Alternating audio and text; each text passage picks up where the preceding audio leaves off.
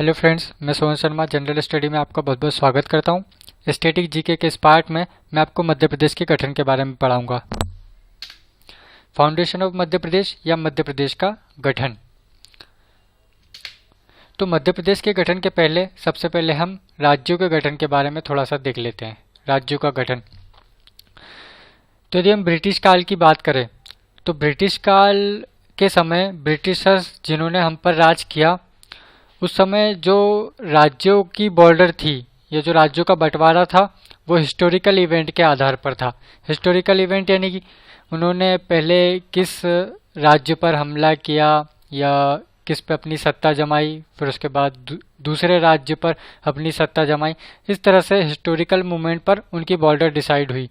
यदि हम भारत की बात करें तो ब्रिटिश काल में भारत कुछ इस स्टेट में डिवाइड था, ए बी सी डी, यानी कि ए स्टेट, बी स्टेट, सी स्टेट और डी स्टेट। तो ए स्टेट में लगभग 9 राज्य थे, बी स्टेट में भी 9 राज्य थे, सी स्टेट में 10 राज्य थे और डी स्टेट में अंडमान निकोबार या यूनियन टेरिटरीज जिसे हम आज कहते हैं ये थी। इसी प्रकार यदि हम मध्य प्रदेश की बात करें तो मध्य प्रदेश भी 3 स्टेट में डिवाइडेड था, ए बी और सी। यदि हम मध्य प्रदेश का मैप देखें, मैं यहाँ पे एक ड्राइंग बना लेता हूँ मध्य प्रदेश के मैप की। हालांकि मेरी ड्राइंग ज़्यादा अच्छी नहीं है पर आप इसको समझने की कोशिश कीजिएगा। जैसे मध्य प्रदेश है तो ए स्टेट की बात करें तो यहाँ जो इस तरफ का क्षेत्र है जो बघेलखंड वाला और जो इधर छत्तीसगढ़ का एरिया जाता है ये पूरा था ए स्टेट। और मध्य भारत की बात करें जो यहाँ से भिंड मुरैना है आज और ये नीमच वगैरह, तो ये था बी स्टेट। और सी स्टेट ये इधर कुछ उत्तर की रियासत और यहाँ जो भोपाल आज है ये सब इधर का जो एरिया था ये सी स्टेट थी। यदि हम राजधानी की बात करें तो ए स्टेट की राजधानी थी नागपुर, बी स्टेट की 2 राजधानी थी इसकी यहाँ जो आज ग्वालियर है, ग्वालियर और इंदौर, इसकी 2 राजधानी थी। और इसकी राजधानी बात करें सी स्टेट की जो आज वर्तमान में रीवा इस तरफ है, जो सबसे लास्ट में बल्कि यहाँ पे, तो इसकी राजधानी सी स्टेट की थी रीवा। तो यदि कभी क्वेश्चन बनता है कि भोपाल किस स्टेट में आता था ब्रिटिश काल के बॉर्डर स्ट्रक्चर में, तो वो आता था सी स्टेट में। भोपाल जो था वो सी स्टेट में आता था। और एक और चीज़, ब्रिटिश काल में हमारे मध्य प्रदेश को सेंटर प्रोविजेंस कहा जाता था। यानी कि ब्रिटिश काल में जो हमारा भारत था वो कई प्रोविजेंस में बटा था, जैसे कि Bengal provisions, east provisions, south provisions. इसी प्रकार से जो हमारा मध्य प्रदेश था जिसको आज भी हृदय प्रदेश कहते हैं, यानी कि मध्य भारत का प्रदेश मध्य प्रदेश, तो उस समय भी इसको सीपी या सेंटर प्रोविजेंस कहा जाता था या बरार। कभी कभी क्वेश्चन बन जाता है कि पहले या भूतकाल में मध्य प्रदेश को किस नाम से कहा जाता था, तो वो सेंटर प्रोविजेंस या बरार। अब हम बात करते हैं ब्रिटिश काल के बाद की। ब्रिटिश काल में जिस तरह से शासन हुआ, जब हम आज़ादी के बाद की बात करें यानी कि 1947 के बाद की, तो जिस तरह से बॉर्डर डिसाइडेड थी ब्रिटिश काल के द्वारा, उसमें हमारा शासन करना या एडमिनिस्ट्रेशन करना बहुत कठिन था, वो ज़्यादा आसान नहीं था। फिर लगभग 1920 के आसपास भारतीय राष्ट्रीय कांग्रेस, जो कि एक कर्ता धर्ता पार्टी थी हमारे भारत की, और तो उसके पास एक प्रस्ताव गया 1920 में कि जो हमारा भारत है उसके राज्यों का गठन भाषाओं के आधार पर किया जाए। तो भाषाओं के आधार पर गठन के लिए वहाँ पे एक प्रस्ताव रखा गया इंडियन नेशनल कांग्रेस में, INC में, और लगभग ये 1920 में रखा गया। फिर 1927 के आसपास भारतीय राष्ट्रीय कांग्रेस या इंडियन नेशनल कांग्रेस इस बात के लिए सहमत हो गई और उन्होंने 1945-46 के आसपास अपने इलेक्शन मैनिफेस्टो में इस बात को रखा कि वो भाषाओं के आधार पर राज्यों का बंटवारा करेगी।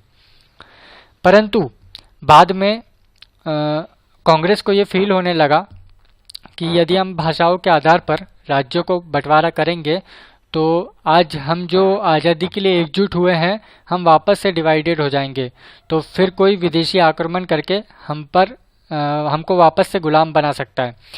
फिर इसी डर से उन्होंने ये देखने के लिए एक कमेटी बनाई कि वास्तव में हमको राज्यों का गठन चाहिए या नहीं चाहिए। यानी कि वो कमेटी थी अकाडार कमेटी, उसको अकाडार कमेटी कहते हैं। अकाडार, ये लिखा है अकाधार कमेटी, जो कि 17 जून 1948 को बनी, जिसके जो मेन अध्यक्ष थे वो थे एस.के. डार, जो कि इलाहाबाद हाई कोर्ट के रिटायर्ड जज थे। तो इस कमेटी ने एक रिपोर्ट प्रस्तुत की जिसमें उन्होंने linguistic factor of recognization of state, यानी कि भाषाओं के आधार पर राज्यों के गठन को उन्होंने रिजेक्ट कर दिया। फिर वापस से एक कमेटी बनी 1949 में, जेवीपी कमेटी, जिसमें 3 सदस्य थे। एक जवाहरलाल नेहरू, वी से वल्लभ भाई पटेल और पी से पटाभी सीतारामैया। जैसे जवाहरलाल नेहरू जो कि हमारे पहले प्रधानमंत्री थे, जिनको आप जानते हैं, वल्लभ भाई पटेल जो कि लौह पुरुष, और पटाभी सीतारामैया जो कि हमारे मध्य प्रदेश के पहले राज्यपाल हुए। तो इस कमेटी को इसलिए बनाया गया कि ये जो अकाडार कमेटी है, इस पे संदेह था, या मतलब पूरा भरोसा नहीं था, तो ये जांच करने के लिए कि इसकी जो रिपोर्ट है वो सही है कि नहीं। तो जेवीपी कमेटी ने भी इस बात को सही कहा कि हाँ, भारत में मतलब भाषाओं के आधार पर राज्यों का वर्गीकरण नहीं किया जाना चाहिए। अब इस रिपोर्ट के प्रस्तुत के बाद में साउथ के एक बहुत उभरते हुए पॉपुलर नेता, जिनका नाम था पोट्टी श्रीरामुलु, उनका नाम ये श्रीरामुलु, ये साउथ के बहुत उभरते हुए नेता थे। इनकी डिमांड थी कि भाषाओं के आधार पर साउथ में एक राज्य का गठन किया जाए। तो वो आमरण अनशन पर बैठे और उनकी इस दौरान मृत्यु हो गई। उसके बाद बहुत हड़कंप मच गया सरकार में, और राज्यों को भाषाओं के आधार पर, मतलब सरकार को राज्यों के भाषाओं के आधार पर गठन के लिए बाध्य होना पड़ा।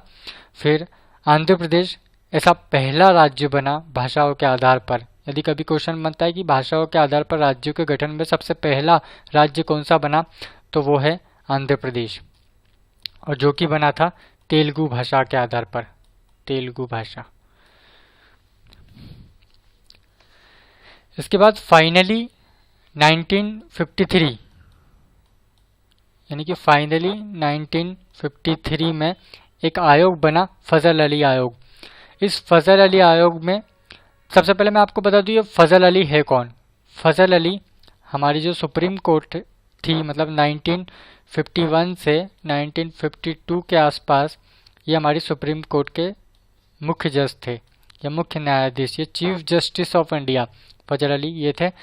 तो 1953 में फाइनली एक कमेटी बनी जिसके 3 सदस्य थे। पहला तो फजील अली, जिनका नाम इस कमेटी का नाम है, दूसरा हृदयनाथ कुंजरू, और तीसरा फणिकर रेणु। इनको आप कहीं लिख सकते हैं। तो इन 3 लोगों की कमेटी ने ये डिसाइड किया कि राज्यों का कि वो भाषाओं के आधार पर गठित हो। इस कमेटी को लगभग 1953 में गठित होने के बाद 2 साल लगे। 1953 के बाद 1955 में इन्होंने अपनी रिपोर्ट प्रस्तुत की, और उसके बाद फाइनली 1 नवंबर 1956 में हमारे मध्य प्रदेश का गठन हुआ। ये वर्तमान प्रारूप है हमारे मध्य प्रदेश का, जो कि यदि हम देखें तो आजू बाजू में 5 राज्यों से घिरा हुआ है। इस तरफ ये उत्तर प्रदेश, ये राजस्थान, ये गुजरात, और ये महाराष्ट्र, इधर ये महाराष्ट्र, और ये छत्तीसगढ़। 5 राज्यों से ये घिरा हुआ है। अब हम बात करते हैं मध्य प्रदेश के, मतलब जब ये 1 नवंबर 1956 में गठित हुआ, इस समय इसमें 43 जिले थे, लगभग 43 जिले। उसके बाद में 1956 में तो 43 जिले थे और 1972 में 1972 में 2 जिलों को जोड़ा गया। एक तो राजनांदगांव जो कि अब वर्तमान में छत्तीसगढ़ में है और दूसरा भोपाल, ये आप दिख रहे हैं यहाँ पे भोपाल। उसके बाद ये 1972 में और उसके बाद 1998 की बात करें तो इसमें 16 जिलों का गठन किया गया। 16 जिले बने मध्य प्रदेश में, यानी कि अब 43 के बाद 45 जिले हो गए थे 1972 में। उसके बाद जब 16 जिले आए तो 45 और 16 61 जिले हो गए आपके पास 1998 में। अभी जो 16 जिले थे इसमें जो 6 जिले थे वो बने सिंहदेव आयोग या सिंहदेव कमेटी से, सिंहदेव, और जो 10 जिले थे ये बने आपके पीबी दुबे कमेटी। तो इस तरह से 16 जिले 1998 में जुड़े। उसके बाद सन 2000 में जब छत्तीसगढ़ हमसे अलग हुआ, सन 2000 की बात करें तो 31 अक्टूबर को छत्तीसगढ़ हमसे अलग हुआ। तो मध्य प्रदेश को उसका पुनर्गठन भी कहा जा सकता है। तो मध्य प्रदेश का पुनर्गठन 1 नवंबर 2000 को मध्य प्रदेश का पुनर्गठन हुआ, जिसमें कि छत्तीसगढ़ जो 16 जिले जुड़े थे 45 के बाद में, जो 16 जुड़े थे 61 हुए थे टोटल, तो वापस से वो 16 माइनस हो गए, वो छत्तीसगढ़ में चले गए और वापस हम 45 पे रह गए। अब उसके बाद हम बात करते हैं सन 2003 की। सन 2003 में 3 जिले नए जुड़े मध्य प्रदेश में। एक तो अशोकनगर, ये गुना में आप यहाँ देख रहे हैं, ये पहले पूरा गुना हुआ करता था, तो इसमें अशोकनगर नया जिला बना। ये मैं बात कर रहा हूँ सन 2003 की। और इसी में 3 जिले बने। पहला तो ये हो गया अशोकनगर, दूसरा अनूपपुर जो कि शहडोल से अलग हुआ। ये अनूपपुर देख रहे हैं आप, ये पहले पूरा शहडोल हुआ करता था, ये भी 2003 में बना। और उसके बाद में तीसरा बना बुरहानपुर जो कि खंडवा से अलग हुआ। यहाँ आप देख रहे हैं बुरहानपुर जो कि ये पहले पूरा खंडवा हुआ करता था। तो ये बने तीनों के तीनों 2003 में। उसके बाद 2008 की बात करते हैं हम। तो 2008 में हमारे पास 2 जिले, अच्छा जब 2003 में तीनों जिले बने तो 45 संख्या थी, अब ये हो गई 48। ओके, 2003 में। तो कभी कभी क्वेश्चन बन जाता है कि 2003 में मध्य प्रदेश में जिलों की संख्या क्या थी, तो आप 48 मार्क करोगे। उसके बाद हम 2008 की बात करते हैं। 2008 जिसमें कि 2 जिले जुड़े।